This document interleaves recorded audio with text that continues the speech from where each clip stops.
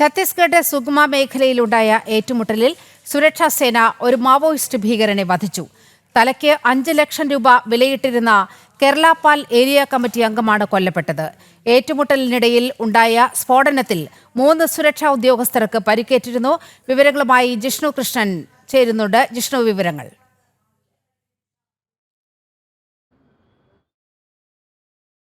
ഛത്തീസ്ഗഡിൽ മാവോയിസ്റ്റ് വിരുദ്ധ നടപടികൾ സുരക്ഷാ സേന കൂടുതൽ ശക്തമാക്കുകയാണ്. സുഗ്മ ദന്തേവാഡ ജില്ലാ അതിർത്തി മേഖലയിലെ വനപ്രദേശത്തുണ്ടായിട്ടുള്ള ഏറ്റുമുട്ടലിലാണ് ഇപ്പോൾ തലയ്ക്ക് 5 ലക്ഷം രൂപ വിലയിട്ടിരുന്ന മാവോയിസ്റ്റ് ഭീകരനെ സുരക്ഷാ സേന വധിച്ചിട്ടുള്ളത്. കഴിഞ്ഞ ദിവസം രാത്രി മുതൽ ആ മേഖലയിൽ ഓപ്പറേഷൻ നടന്നു വരികയായിരുന്നു. ഒരു ഭീകരൻ കൊല്ലപ്പെട്ടു എന്ന വാർത്ത നേരത്തെ പുറത്തു വന്നിരുന്നു. ഇപ്പോൾ ഏറ്റവും ഒടുവിൽ ബസ്തർ IGP സുന്ദർരാജ് അറിയിച്ചിട്ടുള്ളത് തലയ്ക്ക് 5 ലക്ഷം രൂപ വിലയിട്ടിരുന്ന മാവോയിസ്റ്റ് കേരളപാൽ ഏരിയ കമ്മിറ്റി അംഗമാണ് ഈ ഏറ്റുമുട്ടലിൽ കൊല്ലപ്പെട്ടത് എന്ന വിവരമാണ് ബസ്തർ IGP സുന്ദർരാജ് അറിയിച്ചിട്ടുള്ളത്. കൂടാതെ ഈ ഒരു ഓപ്പറേഷനിലൂടെ മാവോയിസ്റ്റുകൾ സ്ഥാപിച്ചിരുന്ന IED പൊട്ടിത്തെറിച്ചുകൊണ്ട് സ്ഫോടനത്തിൽ 3 സുരക്ഷാ ഉദ്യോഗസ്ഥർക്ക് പരിക്കേറ്റിരുന്നു. അവരെ ആശുപത്രിയിലേക്ക് മാറ്റിയിട്ടുണ്ട്. അവരുടെ ആരോഗ്യനില തൃപ്തികരമാണ് എന്നാണ് പോലീസ് ഉദ്യോഗസ്ഥർ നിലവിൽ അറിയിച്ചിട്ടുള്ളത്.